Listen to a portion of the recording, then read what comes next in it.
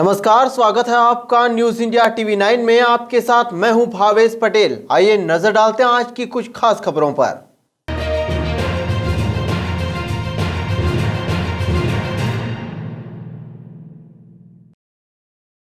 मध्य प्रदेश के खंडवा जिले में बीमा राशि नहीं मिलने की वजह से एक किसान परेशान था।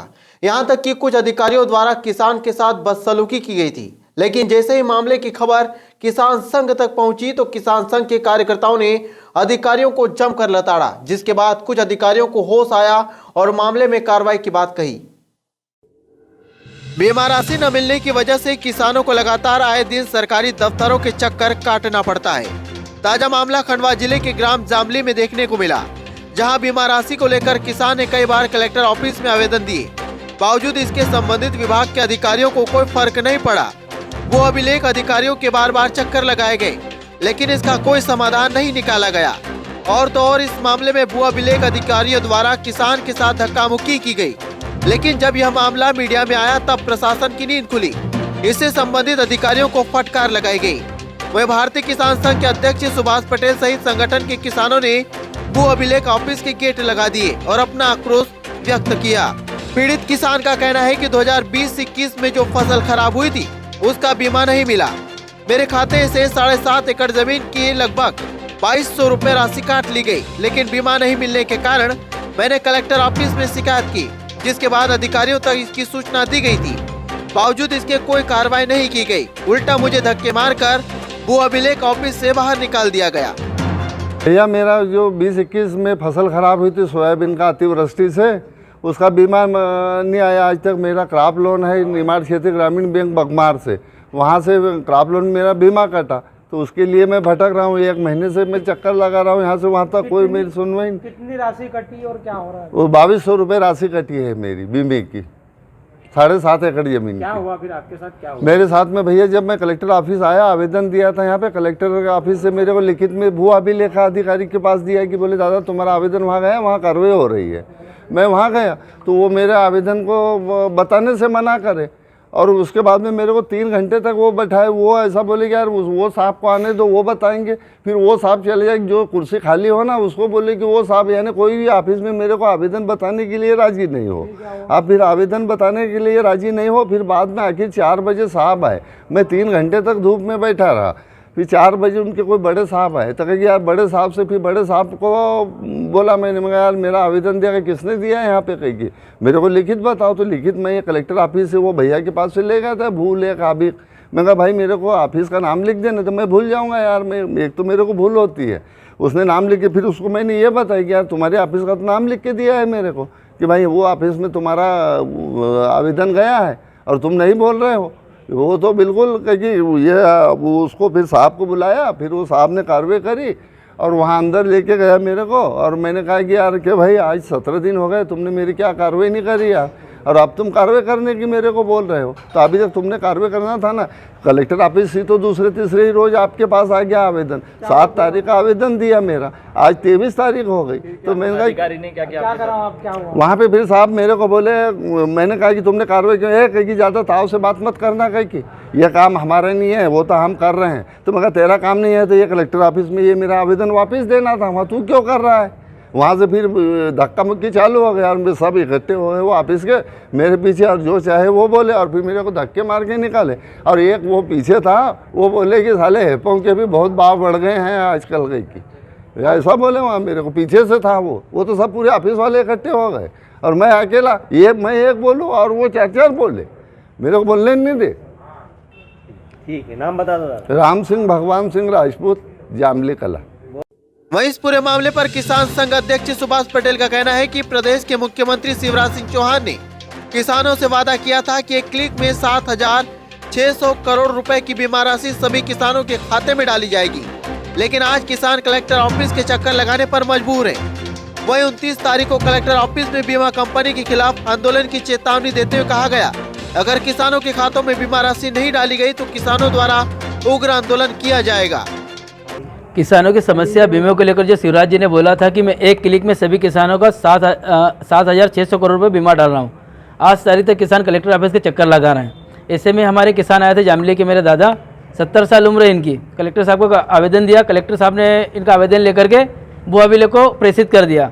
जब यहाँ पर इन्होंने जानकारी ली और भू अभिलेख गए तो वहाँ के जो अधिकारी थे उन्होंने मेरे दादा के साथ में कल बहुत बदतमीजी की, उनको धक्के मार के बाहर निकाल दिया और इससे उनको और हमारे पूरे किसान संघ को, किसान समाज हम बहुत आहत है ऐसे अधिकारियों से। उसकी कार्रवाई के लिए उस पर अधिकारी पर कार्रवाई हो, उसको सस्पेंड किया जाए, इसकी मांग को लेकर अभी हम एडीएम साहब से मिले हैं और ऐसे अधिकारियों ने सार्वजनिक तौर पर माफ़ी मांगना चाहिए जिन किसानों के साथ में इस प्रकार का उन्होंने व्यवहार किया है। तो मैं शिवराज जी से कहना चाहता हूं कि आप आपके जो किसान पुत्र बताते हो अपने आप को, और आपने ऐसे अधिकारी पाल के रखे हैं जो हमारे किसानों के साथ में थोड़ी सी जानकारी मांगने पर भी आप इस प्रकार का व्यवहार करते हैं। तो मैं तो बड़ा दुखी ऐसे प्रशासन से और शासन से। अच्छा, वो दावे किए गए 1 क्लिक में डालने के, खंडवा में से कितने किसान हैं जिनके खातों में अभी तक पेमेंट नहीं डाला बीमा? अरे कितना किसान का पैसा डालिया जिन थोड़ा बहुत किसान का पैसा, बाकी किसान सब ऑफिस ना का बैंक ना का चक्कर काटी रहा है, लाइन में लगी लगी ना अपनी पासबुक नंबर बार बार एंट्री करा रहा है। अभी तक कोई बीमा नहीं आया करे, सब सरकार झूठ बोल रही। आपने इस संबंध में अधिकारियों से बात की? कई बार आवेदन दे दिया कि हमको कम से कम उन किसानों की लिस्ट दी जाए जिले में जिनका बीमा डल चुका है, पर आज तारीख तक हमको लिस्ट नहीं दी गई। और आज भी हमने मतलब कई बार अभी 2 दिन पहले ज्ञापन दिया था कलेक्टर साहब को कि हमको उन किसानों की लिस्ट दी जाए जिनका बीमा डला है, जिनका नहीं आ रहा है, लेकिन अभी तक हमको कोई लिस्ट नहीं मिल पाई है। अभी क्या करेंगे आप? ये अभी 29 तारीख को हमारा बीमा कंपनी के खिलाफ आंदोलन है कलेक्टर कार्यालय पे, और यहाँ पर हम बीमा कंपनी का पुतला फूकेंगे और जो अधिकारियों ने किसान के साथ इस प्रकार की घटना की है उनको अगर सस्पेंड नहीं किया गया तो यहाँ का प्रशासन का भी पुतला फूकेंगे। आज आपने ताले भी लगाए भू अभिलेख में? भू अभिलेख को ताले लगा दिए थे, लेकिन कलेक्टर साहब से बात होने के बाद उन्होंने एडीएम साहब से मिलने को बोला है। एडीएम साहब ने इस पर कार्रवाई करने के लिए हमको आश्वासन दिया है। अगर इस पर कार्रवाई नहीं होती तो 29 तारीख को हम सब लोग और आ रहे हैं पलट के। कुछ लाएंगे हमारे? वहीं इस पूरे मामले पर एडीएम का कहना है कि सीसीटीवी फुटेज के आधार पर जांच की जाएगी और जिन्होंने भी किसान के साथ बदसलूकी की है उनके खिलाफ कार्रवाई की जाएगी। वहीं बीमा न मिलने के कारण तकनीकी समस्या बताई गई। एडीएम साहब ने जांच की बात कहकर अपना पल्ला झाड़ दिया। आज किसान आए थे, किस तरह की उनकी शिकायत और क्या कार्रवाई? भू अभिलेख कार्यालय में एक कृषक जो जामली कला के निवासी हैं वो किसी काम से गए थे, तो वहाँ उपस्थित कर्मचारी से और उनकी कोई वाद विवाद हो गया, कोई बात हो गई आपस में, तो इसको लेकर के उनमें रोष था कि उस व्यक्ति के खिलाफ कार्रवाई की जाए। तो हमने उनको सुना है। संबंधित जो कर्मचारी है वो आज न्यायालय में कोर्ट पेशी पर है, तो अब उनके आने के बाद में उनको भी सुनेंगे और उसके बाद देखते हैं कि क्या गलती की उन लोगों ने। इसके अलावा वहाँ सीसीटीवी भी लगे हुए हैं, तो उसका फुटेज भी देखेंगे कि वास्तविकता क्या है। सर, किसान का कहना है कि किसान को धक्का दिया है। हाँ, किसान कह रहे हैं, परंतु वास्तविकता क्या है क्योंकि अब जांच करने पर ही पता चल सकेगा। बीमा की राशि किसानों को नहीं मिल पाई है कई किसानों को, इसलिए वो ऑफिसों के चक्कर काट रहे हैं। हाँ, सही बात है, बीमा नहीं मिल रहा है और इसके लिए हम लगातार हमने जो है रिव्यू इसकी करते हैं और हर टीएल में रिव्यू करते हैं। और उसमें जो है हमने आज की स्थिति ये है कि हर सोमवार को बीमा कंपनी के जो अधिकारी है उनको भी उपस्थित करवाते हैं और हमारी भी अपेक्षा उनसे ये है कि जल्दी से जल्दी हमको उनकी सूची मिल जाए तो हम संबंधित किसानों को अवगत करवा दें, जिससे किसानों में जो भी परेशानी है उसका समाधान हो। ये प्रयास जारी है। सर, एक क्लिक का दावा करते हैं कि 1 क्लिक में सारे किसानों को बीमा राशि देगी, फिर कैसे ये होगा? देखिए, अब ये तो कोई कारण हो सकते हैं कि तकनीकी कारण या संबंधित बीमा कंपनी ने राशि नहीं दी हो, तो अब ये तो कंपनी सूची भी अभी तक किसानों को नहीं मिल पाई, नहीं प्राप्त हुई है हमें जानकारी। शहर में कैटरिंग एवं टेंट व्यापारियों से एक युवक टेबल किराए से ले जाता था, लेकिन वह टेबल वापस नहीं करता था। इससे परेशान होकर कैटरिंग व्यवसायी एवं टेंट व्यवसायियों ने मोगढ़ थाने पहुंचकर शिकायत दर्ज करवाई। खंडवा शहर में एक अजीबोगरीब मामला सामने आया, जहां युवक खंडवा के सभी कैटरिंग व टेंट व्यवसायियों से टेबल किराए पर ले जाता था और वापस नहीं देता था। यह वाकया लगभग किसी एक व्यवसायी के साथ नहीं हुआ, बल्कि खंडवा के कई टेंट व्यवसायियों को चूना लगाया गया। लेकिन टेंट व्यवसायी ने आज युवक को पकड़ लिया, जिस पर 200 से ज्यादा टेबल किराए के लेकर वापस नहीं देने का आरोप था। बता दें कि टेंट हाउस बदल कर किराए पर लेता था और बेच देता था, जिसकी शिकायत करने आज सभी टेंट व्यवसायी मोगढ़ थाने पहुंचे।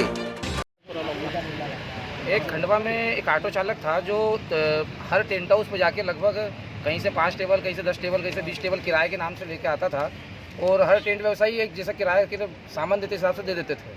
अब किसी की टेबल उसने वापसी नहीं लौटाई। हम लोगों का एक ग्रुप बनाया मांगलिक आयोजन करके, तो हमने हमारे ग्रुप पे एक व्यक्ति ने फोटो डाली कि यार ये बंदा कहीं दिखे तो मेरी टेबल ले गया है। जब सबको मालूम पड़ा कि हमारे साथ फ्रॉड हो गया है, तो धीरे धीरे करते सभी ने अपने अपने ग्रुप पर डाला, तो संख्या 200 से ऊपर चली गई। लगभग 200 से ऊपर टेबलें लोगों की गायब थी। और आज फिर उसने वही चालाकी के साथ एक टेंट हाउस पे और गया, रंजीत भाई क्या, उनने टेबल मांगने की कोशिश करी। रंजीत भाई ने ग्रुप का मैसेज देखा हुआ था, उसका हुलिया देखा हुआ था। रंजीत भाई ने उसको पकड़ लिया और उसको पकड़ के थाने लिया है और पुलिस की कार्रवाई जारी है। पुलिस को उसने कुछ कबाड़ियों के नाम भी बताए जिसको उन्होंने टेबल बेचे, और पुलिस द्वारा उसके साथ जांच पड़ताल जारी है और उसको ले जाके उन कबाड़ियों को भी बुलाया जा रहा है और टेबल की जब्ती की कार्रवाई भी चालू है।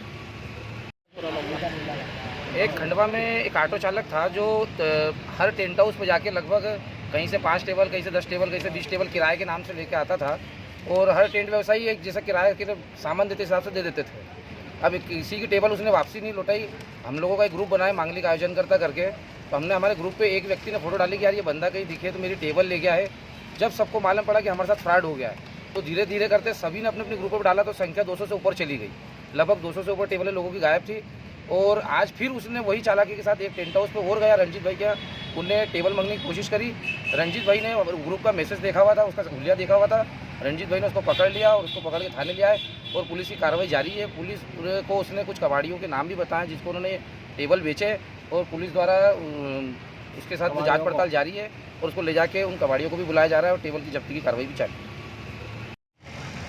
जो मेरी दुकान पे जय रंजीत टेंट हाउस, संजय नगर, दाजी वार्ड, 3 तारीख को ये बंदा दोपहर में आया। मेरी गैरहाजिरी थी उस समय, मेरा वर्कर बैठा हुआ था। ये 5 टेबल बोले किराए पे चाहिए, मेले में देना। वो ऐसा करके ले गया, उस दिन भी ले गया।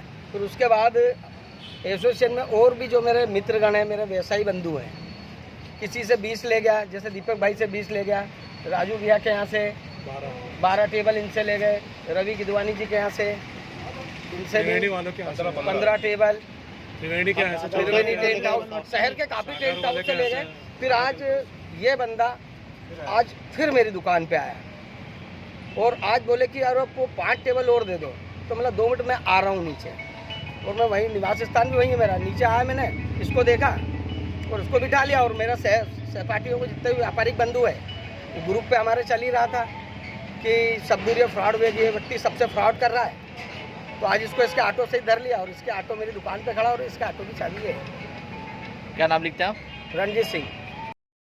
शहर के टपाचाल में रहने वाली युवती से छेड़छाड़ का मामला सामने आया। बता दें कि युवक युवती पर जबरन शादी के लिए दबाव बना रहा था, जिसकी शिकायत युवती ने पुलिस थाने में की। शहर के टपाचाल में रहने वाली युवती से छेड़छाड़ का मामला सामने आया। बता दें कि युवती को बीच सड़क पर रोककर युवक द्वारा परेशान किया जाता था, साथ ही फोन पर बात करने को लेकर दबाव बनाया जाता था। युवती के परिवारजनों के द्वारा कई बार युवक को समझाइश दी गई, लेकिन बावजूद इसके वह अपनी हरकतों से बाज नहीं आता था। इसलिए युवती ने सागर के खिलाफ FIR दर्ज करवाई। वह इस मामले पर पुलिस का कहना है कि जल्द से जल्द मामले की जांच कर आरोपी के खिलाफ कड़ी कार्रवाई की जाएगी। शहर में शीतला सप्तमी पर महिलाओं की भीड़ देखी गई, जिसमें महिलाएं बड़े हर्षोल्लास के साथ शीतला माता की पूजा अर्चना करते नजर आई। मां नवचंडी धाम में प्राचीन शीतला माता मंदिर में महाआरती के बाद सप्तमी के दर्शन शुरू हुए। माता के दर्शन के लिए महिलाओं की लंबी कतारें देखी गई। मान्यता है कि इस दिन माता की उपासना करने से मां सभी रोग दूर करती है। फागुन महीने में होली के बाद सप्तम यह त्योहार मनाते हैं। मान्यता है कि शीत सप्तमी पर उपासना करने से शीत ऋतु के दौरान शीतला से होने वाले रोग तो सभी समाप्त हो जाते हैं। इस दिन के बाद से बासी खाना बंद कर दिया जाता है। यह ऋतु का अंतिम दिन होता है जब बासी खाना खा सकते हैं। देवी धाम शक्तिपीठ पर प्रतिवर्ष अनुसार नवचंडी मेले का आयोजन किया जा रहा है। ये आयोजन का 33वां वर्ष है। यह आयोजन के अंतर्गत प्रतिवर्ष मां नवचंडी शक्तिपीठ पर सहस्त्र चंडी महायज्ञ किया जाता है। हर साल यज्ञ के अंदर हमारे द्वारा लक्ष्य रखा जाता है कि माता जी की 80 लाख आहुति डलेगी या 50-51 लाख आहुति डलेगी। इस बार हमारे द्वारा विश्व शांति एवं कोई महामारी बीच में पैदा ना हो, किसी प्रकार की अराजकता देश में ना फैले और शांति और महंगाई पे कंट्रोल हो, इस सब चीज़ों को ध्यान में रखते हुए देवी जी का 1,25,00,000 आहुतियाँ डाली जाएगी और देवी जी को 51 ब्राह्मणों के द्वारा अनुष्ठान करके मनाया जाएगा। इस अनुष्ठान में कोई भी व्यक्ति बैठ सकता है और जो भी व्यक्ति बैठेगा उसको मनोवांछित फल की प्राप्ति होगी। आगामी मेले में क्या क्या विशेषता रहेगी? अब मेले के अंदर अभी तक कवि सम्मेलन संपन्न हो गया, स्थानीय कवि सम्मेलन संपन्न हुआ, 2 गम्मत प्रतियोगिताएँ संपन्न हो गई है और 2 जागरण संपन्न हो गए हैं। अब इसके बाद में यज्ञ चलेगा, यज्ञ में एक भगवती जागरण और होगा और इसके बाद में फिर 2 गम्मत के फाइनल प्रोग्राम होंगे और उसके बाद फिर आखिरी में फिल्म स्टार नाइट है। अब स्टार नाइट में इस वर्ष आने वाले कलाकार संभावित लोग जो नाम चल रहे हैं, अब उसमें जैसे एक रवीना टंडन है, एक और भी कई कलाकार है, अमीषा पटेल है, और भी बहुत से कलाकारों के नाम चल रहे हैं।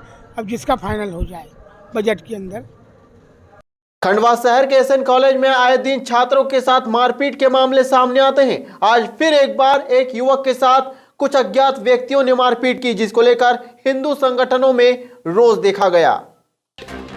खंडवा के सुप्रसिद्ध शैक्षणिक एसएन कॉलेज में अज्ञात युवकों द्वारा नितेश पटेल एवं विकास राठौर को पहले भद्दी गालियां दी। स्टूडेंट के द्वारा पूछे जाने पर अज्ञात युवकों ने दोनों पर अचानक हमला कर दिया। एसएन कॉलेज परिसर में आए दिन लड़ाई झगड़े की खबरें सामने आती है। इन कॉलेजों में सुरक्षा व्यवस्था न के बराबर है। वहीं बाहरी असामाजिक तत्व इन कॉलेजों में इस तरह हरकतें करके चले जाते हैं, लेकिन किसी तरह की कोई कार्रवाई नहीं होती। मानो कॉलेज की स्टूडेंट, जिला प्रशासन और शैक्षणिक इकाइयों को कॉलेज कैंपस में पढ़ रहे युवकों की किसी तरह की कोई चिंता नहीं है। वही बता दें कि यहाँ सुरक्षा व्यवस्था के लिए ठोस इंतजाम करने की बात बच्चों द्वारा कही जा रही है, लेकिन इसे लगातार अनसुना किया जाता है। वहीं ग्रामीण क्षेत्रों से अनेक संघर्ष करते हुए शिक्षा प्राप्त करने आए ग्रामीण युवाओं के साथ आए दिन इस तरह की घटनाएं होती है, लेकिन प्रशासन की लापरवाही के चलते इस पर किसी तरह की कोई कार्रवाई नहीं हो पाती। जिला प्रशासन से ये निवेदन है कि इस प्रकार के लोगों के ऊपर कड़ी से कड़ी कार्रवाई की जाए। देखा जाता है कि इस प्रकार के मामलों को प्रशासन काउंटर केस बना के दबा देते हैं, जिसके वजह से क्या इनके हौसले बुलंद होते हैं और आगे भी इस प्रकार की घटनाएं ये करते हैं। इस प्रकार की घटना नहीं हो, इसलिए इनके ऊपर कड़ी से कड़ी कार्रवाई की जाए और इनका बॉन्ड वगैरह करवा के इनको अंदर पहुंचाया जाए। खंडवा जिले के ग्राम टिगरिया में आवास योजना का लाभ न मिलने की वजह से ग्रामीण आक्रोशित नजर आए, जिसकी शिकायत कलेक्टर कार्यालय में की गई। दरअसल आपको बता दें कि प्रधानमंत्री आवास योजना के तहत जिन लाभार्थियों को इसका लाभ मिलना था, उन्हें इस योजना का लाभ नहीं दिया गया। साथ ही गांव के 20 से 25 परिवार ऐसे हैं जो कि पूर्ण रूप से प्रधानमंत्री आवास योजना के तहत पात्र हैं। इसके बाद भी गाँव में जो सूची जारी की गई उसमें लाभार्थियों का नाम छोड़कर अन्य लोगों का नाम डाल दिया गया, जबकि ग्रामीणों ने प्रधानमंत्री आवास योजना के तहत लाभ प्राप्त करने हेतु पूर्व में आवेदन किया था।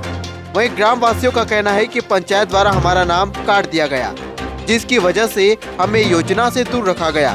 हम चाहते हैं कि जल्द इस मामले में जारी की गई प्रधानमंत्री आवास योजना की सूची की जांच की जाए और हमें आवास योजना का लाभ दिया जाए। 70 साल की उम्र है, अभी कुटी नहीं मिली। कुटी नहीं मिली? हाँ, नहीं मिली प्रधानमंत्री आवास योजना के लिए।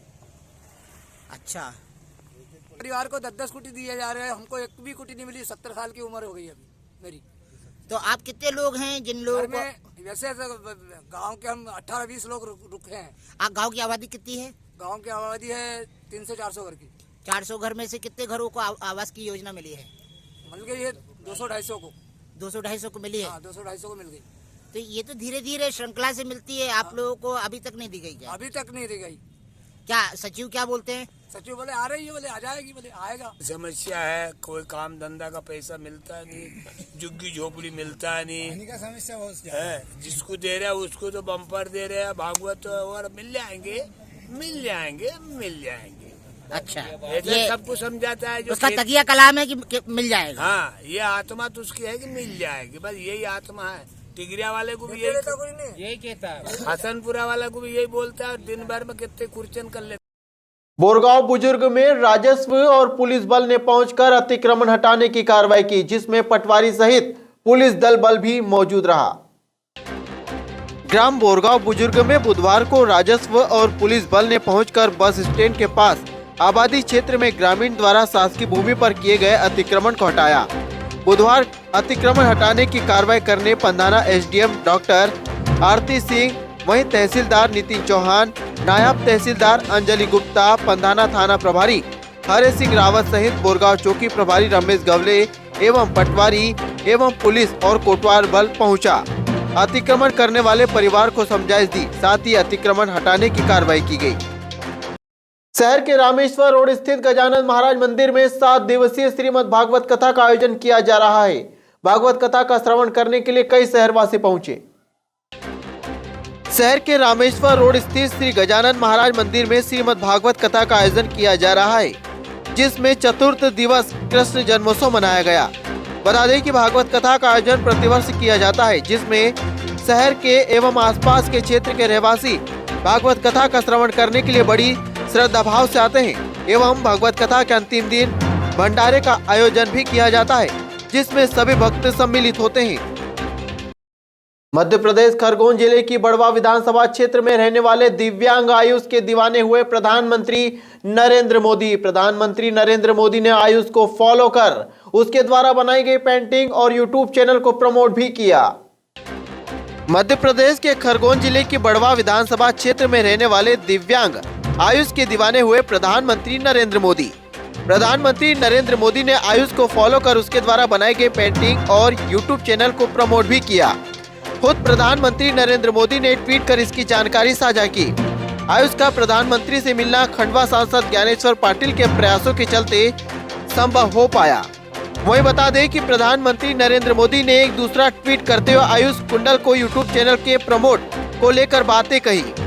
उन्होंने ट्वीट करते हुए कहा कि आप सभी से आग्रह करता हूं कि आप आयुष कुंडल की पेंटिंग को जरूर देखें। आयुष ने अपनी पेंटिंग के लिए एक यूट्यूब चैनल भी बनाया है, जिसमें उसकी जिंदगी के अलग अलग रंग समाहित हैं। उनके चैनल का लिंक दिया गया।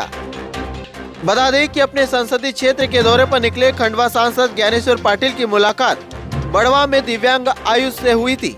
आयुष ने प्रधानमंत्री नरेंद्र मोदी से मिलने की इच्छा जताई थी, जिसके बाद सांसद ज्ञानेश्वर पाटिल ने उसकी इच्छा को पूरा करने के लिए प्रधानमंत्री नरेंद्र मोदी से समय मांगा और आज आयुष का यह सपना साकार हो गया। आयुष प्रधानमंत्री नरेंद्र मोदी से मिलने के बाद बेहद खुश नजर आया। वहीं प्रधानमंत्री नरेंद्र मोदी भी आयुष की पेंटिंग और उसकी हिम्मत देख उसके कायल हो गए, इसलिए उन्होंने उसे ट्विटर के माध्यम से फॉलो भी किया। खंडवा के कई ग्रामीण क्षेत्र और शहरी क्षेत्रों में जल का संकट भयावह रूप लेता जा रहा है। पंधाना रोड स्थित गुलमोहर कॉलोनी में 1 दर्जन से अधिक महिलाएं जिला कलेक्ट्रेट कार्यालय पहुंची, जहां जल संकट को लेकर गुहार लगाई गई। खंडवा के कई ग्रामीण क्षेत्र और शहरी क्षेत्रों में जल संकट भयावह रूप लेता जा रहा है। पंधाना रोड स्थित गुलमोहर कॉलोनी के 1 दर्जन से अधिक महिलाएं जिला कलेक्ट्रेट जल संकट को लेकर गुहार लगाने पहुंची। जिला कलेक्टर अनूप कुमार सिंह ने शिकायतकर्ता की शिकायत सुनने के पश्चात संबंधित अधिकारियों से बातचीत करने के बाद गुलमोहर कॉलोनी के क्षेत्रवासियों को जल कर भरने के संबंध में समझाइश दी। वर्तमान में खंडवा के कई स्लम क्षेत्रों में वार्डवासी निगम द्वारा वितरित किए जा रहे जल कर एवं बिजली बिल भरने की अपेक्षा बड़ी दबंगई से इनका दुरुपयोग कर रहे हैं। वहीं कई क्षेत्र ऐसे हैं जहां पर आम नागरिक निगम की हर औपचारिकता को पूर्ण करने की इच्छा रखता है, किंतु निगम ही उन्हें सुविधा देने से मना कर देता है। वर्तमान में जल संकट निवारण को लेकर प्रशासन और निगम को जहां त्वरित गतिविधियां देने की आवश्यकता है, वहीं आम नागरिकों को सुविधाओं पर लगने वाले टैक्स भरने के लिए जागरूक करने की भी आवश्यकता है। गुलमोहर कॉलोनी के वार्ड वासियों ने जिला कलेक्टर से मुलाकात करने के बाद बताया कि कलेक्टर महोदय ने हमें टैक्स भरने के लिए कहा है, हम यह टैक्स भरेंगे, किंतु वर्तमान में जल संकट से हमारे परिवार जूझ रहे हैं। इस समस्या का निवारण भी किया जाए ताकि हमें भीषण गर्मी में जल संकट का सामना न करना पड़े। ग्राम छनेरा में बुधवार सुबह गांव की ही रेशमबाई नामक 64 वर्षीय वृद्ध महिला का शव एक खेत में मिलने से सनसनी फैल गई। बता दें कि वृद्धा का शव देख बोरगांव पुलिस को सूचना दी गई और जांच शुरू की गई। ग्राम छनेरा में बुधवार सुबह गांव के ही रेशमबाई नामक 64 वर्षीय वृद्ध महिला का शव एक खेत स्थित कुएं में मिला। वृद्धा का शव देख बोरगांव पुलिस को सूचना दी गई। सूचना पर बोरगांव पुलिस ने पहुंचकर शव को ग्रामीणों के सहयोग से कुएं से बाहर निकलवाया। पुलिस ने शव का पंचनामा बनाया और पीएम करवाकर परिजनों को सौंप दिया गया। बोरगांव चौकी प्रभारी रमेश गवले ने बताया कि वृद्ध महिला की मृत्यु का कारण अभी अज्ञात है। हमने मर्ग कायम कर जांच शुरू कर दी। कोविड के बाद बच्चों की मानसिक स्थिति पर बहुत बड़ा असर पड़ा है, जिसकी वजह से शिक्षकों को उन पर लगभग 5 साल मेहनत करनी पड़ेगी, लेकिन नई टेक्नोलॉजी के दायरे में लाकर ही बच्चों को एकजुट किया जाता है। ये बात आज के प्रसिद्ध शिक्षाविद और माइक्रोविजन स्कूल ग्रुप के संचालक आनंद चौकसे ने कही। बता दें कि देश भर में इनोवेटिव एजुकेटेड के रूप में अपनी पहचान बना चुके प्रसिद्ध शिक्षाविद और माइक्रोविजन स्कूल ग्रुप के संचालक आनंद चौकसे सर ने खंडवा में अपने नवीन कैंपस की ओपनिंग मौके पर पेरेंट्स के लिए अपना खास संदेश दिया। देखो, वर्तमान में ऐसा है कि कोविड का दौर गुजरने के बाद बच्चों की मानसिक और शारीरिक स्थिति पर सबसे ज़्यादा फर्क पड़ा है। अगर आप ऐसा देखते हैं कि कोविड के दौरान 2 साल डॉक्टर और नर्सेज ने दुनिया की बहुत सेवा की, तो वो वाकई ताली बजाने और प्रशंसा करने लायक काम है। लेकिन बच्चों की जो हालत बिगड़ी है ऑनलाइन एजुकेशन के नाम से, तो शिक्षकों की कौम को अगले 5 साल मेहनत करेंगे तो पुरानी स्थिति में हम आ पाएंगे। इतना ज़्यादा नुकसान हुआ है, तो ऐसे में एजुकेशन का पार्ट को पेरेंट्स ने भी बहुत सीरियसली लेना चाहिए और वो टेक्नोलॉजी बेस्ड हो गया है। इस बात को स्कूल वालों को भी समझने की ज़रूरत है। अगर आप पुराने घिसे पिटे दायरे में शिक्षा का प्रचार प्रसार करने की सोचेंगे तो बच्चा आजकल उसके लिए बिल्कुल भी एग्री नहीं है। खंडवा में हम लोगों के पास पहले ही करीब 250-300 बच्चे इस स्कूल में थे और हमारी कुल एक्सपेक्टेशन है कि हमको 300 बच्चा ही मिले। हम इससे ज़्यादा लेना भी नहीं चाह रहे। हमारा मन है कि हम 600 बच्चों पर काम करें और 1 साल जब हमारा काम होगा तो वो बोलेगा। उसके बाद लोगों को समझ में आएगा कि एजुकेशन वास्तव में होता क्या है। तो हमारे लिए कोई भी एक बच्चा जो है इंडिविजुअल, वो बहुत मायने रखता है। हमारे लिए वो भीड़ का हिस्सा नहीं है। तो संख्या या इससे हमारा कोई लेना देना नहीं। हम बहुत अच्छा क्वालिटी काम करना चाहते हैं और हम हमारे दूसरे स्कूल के साथियों को भी कहना चाहेंगे कि वो भी अपने क्वालिटी काम को सुधारें और उसमें कहीं हमसे कोई हेल्प लगे या हमारे लिए उनका कोई सजेशन हो तो भी स्वागत है, और हमसे उनको कोई हेल्प लगे तो हम उसके लिए भी उनको वेलकम करते हैं। बोरगांव बुजुर्ग में खिराला मार्ग स्थित दरगाह को 4 लेन निर्माण के बीच आने पर किया शिफ्ट। सभी का सहयोग मिला पुलिस प्रशासन को। इंदौर से इस्लामाबाद 4 लेन निर्माण का कार्य चल रहा है। इस दौरान ग्राम बोरगांव बुजुर्ग में खिराला मार्ग स्थित दरगाह को हाईवे के बीच में आ रही थी। बुधवार को प्रशासनिक अमला इस दरगाह को शिफ्ट करने पहुंचा। यहाँ ग्राम बोरगांव, खिराला और इस्लामपुर के मुस्लिम समुदाय के लोग पहुंचे। उन्होंने अधिकारियों के सामने अपनी बातें भी रखी। ये दरगाह सैकड़ों वर्ष पुरानी है, क्या हाईवे इसके आजू बाजू से नहीं निकल सकता? इस बात पर पंदाना एसडीएम डॉक्टर आरती सिंह ने लोगों को समझाया कि हाईवे का सर्वे 5 वर्ष पहले हुआ और इसमें अब कुछ नहीं कर सकते हैं। अधिकारियों की समझाइश के बाद दरगाह को अन्य स्थान पर शिफ्ट किया गया। इस दौरान खंडवा डीएसपी दीपा मांडवे, पंधाना तहसीलदार नितिन चौहान, नायब तहसीलदार अंजलि गुप्ता, पंधाना छेगांव माखन और बोरगांव पुलिस बल, साथ ही पटवारी व कोटवार बल भी मौजूद रहा। फिलहाल आज की खबरों में इतना ही। नई खबरों के साथ फिर आएंगे। जब तक के लिए नमस्कार। जय हिंद, जय भारत। अपना ख्याल जरूर रखिएगा।